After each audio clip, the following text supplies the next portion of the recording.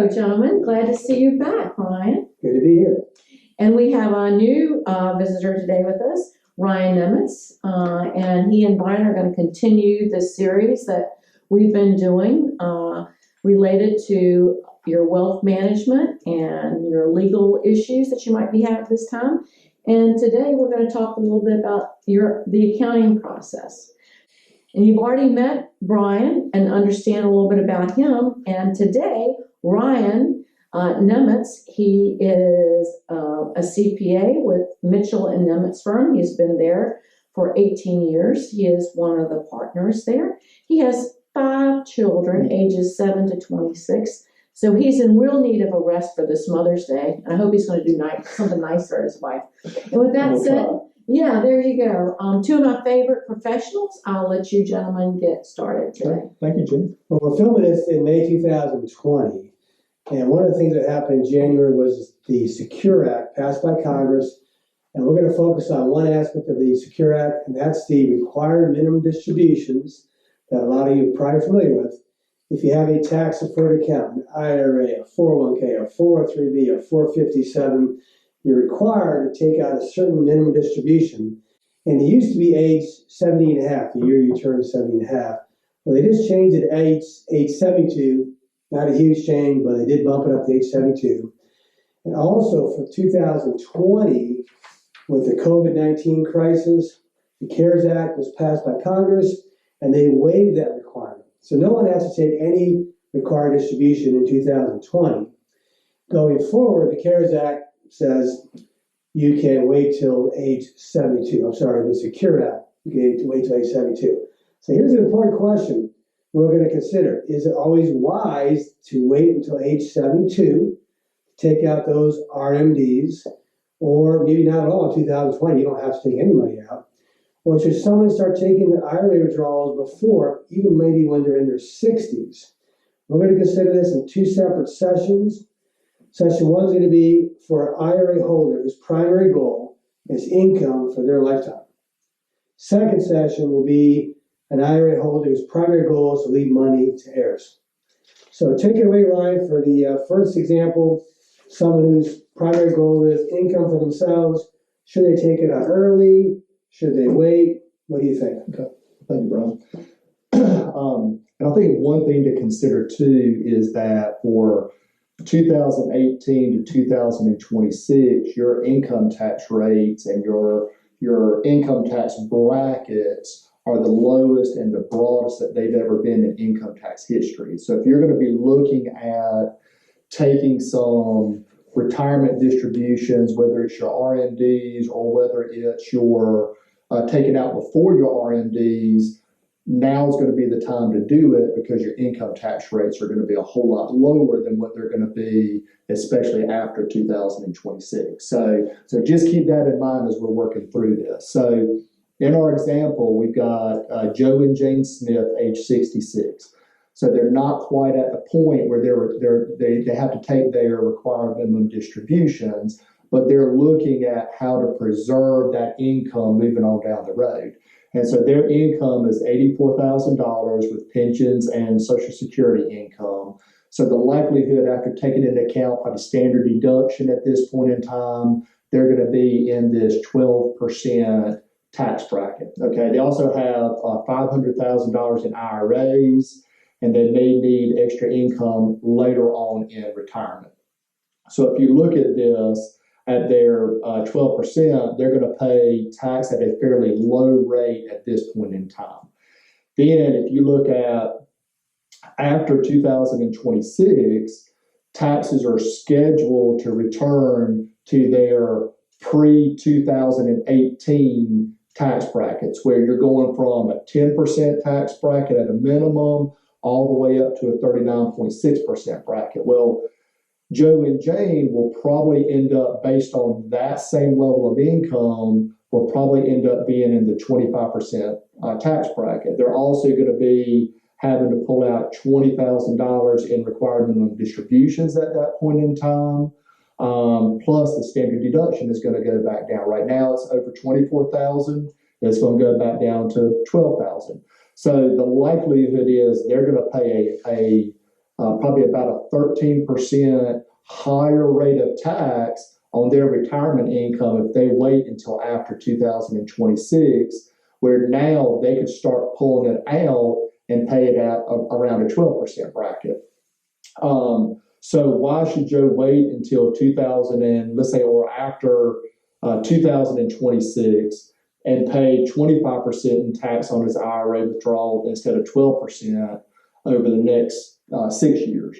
And I don't really know that there's a good answer to that, okay? Because everybody looks to pay a lower rate of tax, plus going ahead and pulling it out now, saving 13% in tax, and then putting it in some investments that can offer some tax-free income later on down the road can really be a good advantage for them. So, And the reason we're asking this question, a lot of folks are looking at it and saying, oh, I don't have to take out an R&B this year. Great. Or I can wait till age 72. Great.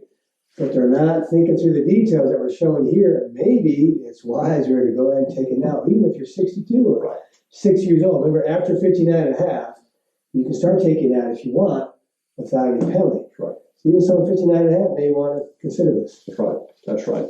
Well, so an option to consider would be that Joe can withdraw $30,000 per year starting now and pay only 12% in tax. Now, that means looking at what that's going to look like and making sure that's not going to push Joe and his wife, Jane, I forgot her name, but Joe and Jane up into a higher than the 12% bracket. So there'll be a little bit of planning that's got to be done with that, okay? And then Joe could withdraw up to $81,000 per year and pay only 20% in tax. And that means that he would be drawing out an extra $51,000 that would push him into that 22% bracket. But what you've got to take into account is that's still going to be lower than paying 25% after 2026. So, Yeah. So Jenny, the situation there is, why would Joe take out more and pay 22%? Well, as Ryan said, he's still under the 25% bracket, which he's Right. probably going to be. And he may want to say, listen, I want to get munch this out in the next 6 years before 2006 hits. If he does that, you do the math, he's taking out maybe 90% or so of that IRA at a low bracket. right. And then you can still reinvest that money, right? That's the next part. Oh, sorry, I'm getting ahead of the game. I'm getting it. And so then you're going to look at, well, if you do this, what other types of accounts make sense to take that money and put it into that then can help generate tax-free income later on down the road? And I'm going to let Brian take that and kind of talk about a couple of accounts on that. So, Jenny, you're what? Are you 59 and a half yet? Yeah, 67. Okay, got it. She's just barely. So, just barely. So you can, let's say Jenny did this, she could take it out, put in her savings account, and buy a CD or sit in the money market, but it's going to be taxed, right? Right. And if you don't need the money, probably for a few years, as this example here, why not put an account that'll grow tax-free? So later on, when you start taking money out of that because you need it later on, you don't pay any taxes on the growth. Makes sense, right? So are you implying put it into a Roth? Well, that's one example. There's two main ways you can put money in tax-free accounts, and only two pure ways. One is more well known as the Roth IRA. Right. And inside that Roth, you can buy stocks, you can buy gold and silver if you want, you can put on money market, CD, annuities, whatever you want. But it's all going to come out tax-free.